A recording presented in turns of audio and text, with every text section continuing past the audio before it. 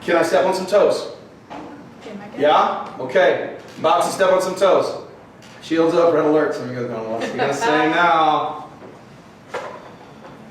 If I go into a restaurant on Shabbat, but I myself am not doing any work, but I ask to buy something knowing that that person is forced to work to provide that for me, have I just indirectly invalidated the purpose, the pretense, the idea behind the Shabbat? Yep, does the Bible not say not to spend any money on the Shabbat? Not only to work on it, but also not to spend any money on it. Good question. Isaiah brings up a very good question. It doesn't overtly say don't spend money on Shabbat.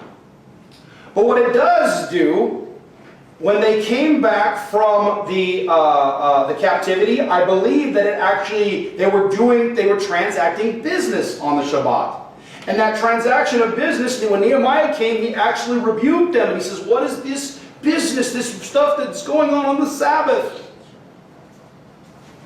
So now, is it wrong to do these things? I want you to consider this. And again, I am not telling you how to guard, key word there, your Sabbath.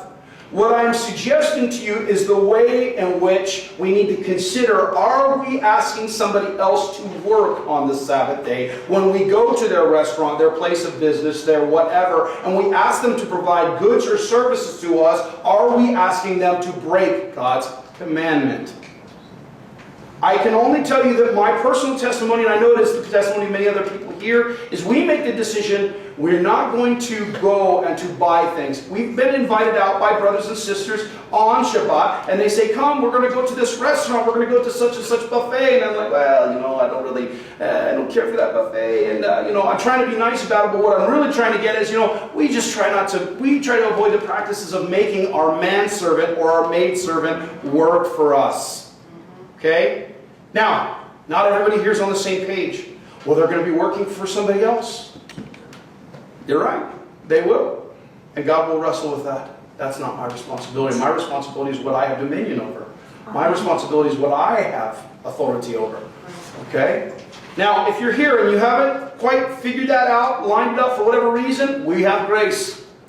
But I want to encourage you to meditate on that. Am I asking somebody else to go to work on the Sabbath day to provide me a good or service if I'm doing the business there? Okay? It's interesting because when Chick-fil-A, one second, son, I'll get you in a second. When Chick-fil-A, early on, was owned by Kathy S. Truitt. He was a practicing Catholic, and he took the Sabbath day very seriously, and his idea and his mindset behind the Sabbath day was that Sunday should be a day where his employees had off to go to church. And he had business executives that told him, if you do this, it'll destroy your business. If you do this and you don't, you're never going to be able to keep up McDonald's. You're never going to be able to keep up with these other big restaurants that are going to, because those guys are open on Sunday. Those guys are open on this day. And if you do these things, and by the way, I'm not meaning to hint that Sunday is the Sabbath day. Remember, the seventh day of the week, not the first. But his mindset was, I need to guard what I believe God has spoken to me. And so he says, you know what? If our business succeeds or if it fails, we're just going to do our very best to make the best chicken sandwiches in the world. Right? I love me some Chick-fil-A. At one point, I had like 20,000 points. So they started sending me emails. You need to spend your points because they're going to disappear. I'm like, all right.